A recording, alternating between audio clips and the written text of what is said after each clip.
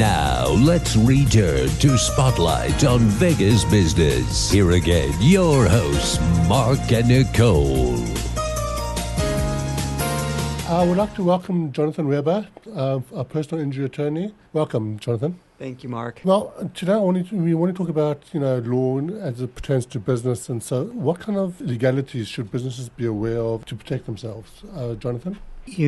From the business point of view, business owners certainly, whether you're a large fleet, commercial type of business, or even if you just got a truck or two and even just got your own solo landscaping type of business, you're going to want to make sure that you're sufficiently covered with a commercial policy that will take care of things that can happen. Like if you or one of your employees happen to cause an accident, run into somebody, maybe not maintaining a facility and there's a slip and a fall, you just want to make sure that you're covered. And that's a typical kind of business consideration any serious business owner, and for that matter, licensed business owner in Nevada should already be taken care of to make sure they're commercially covered. Okay. Now, Jonathan, when we invited you in to be on the show, and I know that you specialize in personal injury law. One of the things that I was impressed with, just from myself, I'm a member of the West Valley chapter. You are in the lead team in the Summerlin chapter. And the few times that I've come over to visit, I've been impressed how human and caring and compassionate you have been when you talk about personal injury law. I think most of us out there, business owners, just anybody, any consumer that's out there, we're used to personal injury attorneys that come across as very kind of schlick and a little greasy maybe on television commercials, things like that.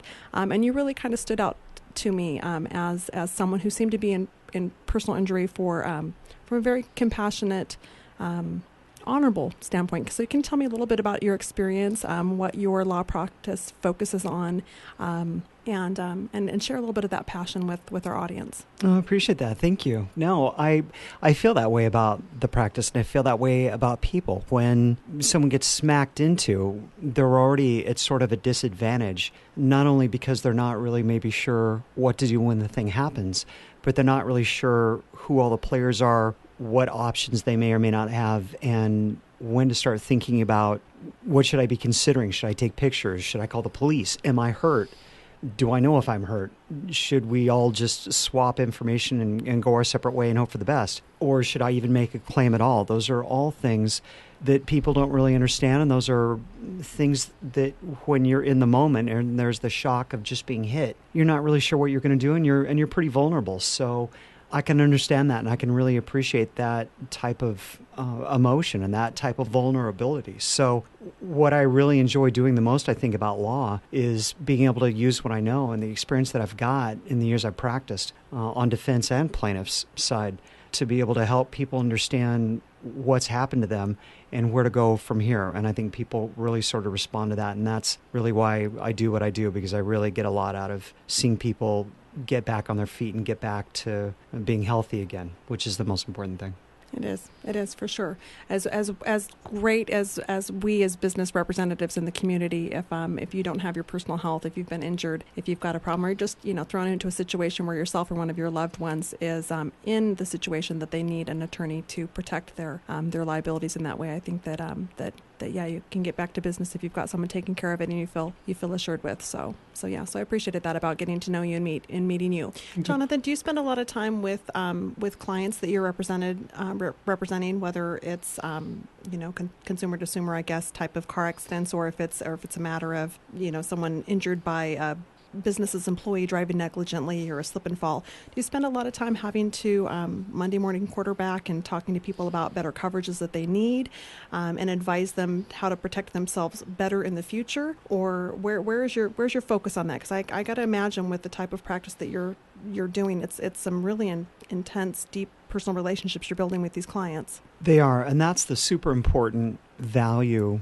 of doing a show like this. People can hear, maybe even before something happens, at least some things to consider. Like, do I have med pay? What is med pay? Should I ask my insurance carrier, how much med pay could I get? How much does it cost? Are my underinsured motorist limits high enough? Do I even know what that is? Do I have any? It would, for instance, UIM, or underinsured, uninsured motorist protection, helps folks when they get hit by someone who either has no insurance or not enough insurance. At least in Nevada is how it works. So that's another important thing, that if people can even have the idea or have the sense that that's something they need to check into, they can protect themselves. And that is what I cover with my clients. Now, like you say, once they come to me, whatever they've got is what they've got. So we sort of go from there. But I sure take as much time as I can with each client at the very beginning to kind of explain who the players are, what the options are, and what in the future might be useful for them to consider for next time. So getting them back on their feet, getting them the best recovery that I can get for them,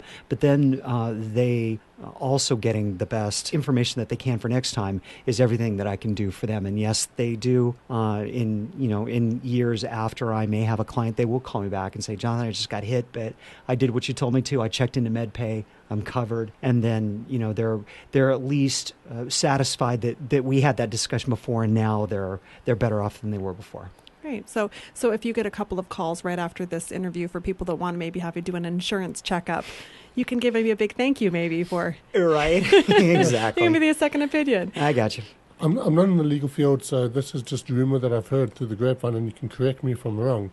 But I've heard that a lot of personal injury lawyers, although they don't charge for their initial consultations and so forth, sometimes once they've won their case or they've got a settlement, sometimes the fees can actually match or even exceed the actual thing. How do you deal with that?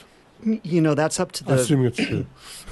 Right, and that's a question every attorney in town, personal injury-wise, is going to have to answer for themselves. I know that for myself, I never thought it was fair to take more than my clients. So at the end of the settlement, once the costs and the medical bills are paid for, again, I'm going to make sure that my client's getting at least as much as I am for fees, and I'll make sure if I have to, I'll reduce my fee to make sure they're getting at least as much as I'm getting. It's getting tougher and tougher out there, and insurance companies are getting better and better at evaluating when they're going to make offers and when they're going to negotiate, and they're really trying to kind of hedge their bet against what they think might happen at trial ultimately, which is, again, we're advising a client to consider trying to wrap up a case or a matter that I'm handling for them. But I will never take more than a client, although I hear that happens around town. But and I hear some pretty disappointing stories when clients will call me just before, and they've maybe heard of me, and they'll give me a call just before they're getting ready to settle and say that maybe the attorney didn't necessarily get their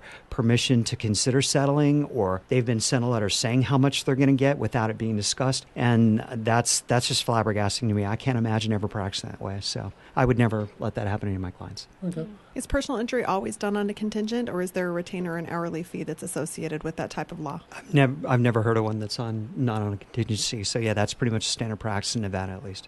Guys, before we go to the ad break, I just want to give your contact details in case somebody wants to get hold of you, if they want some advice or if they have a problem that they want to get hold of. Absolutely. They can call me direct on my number, 702-538-5761, or email jonathan@weber-lawfirm.com.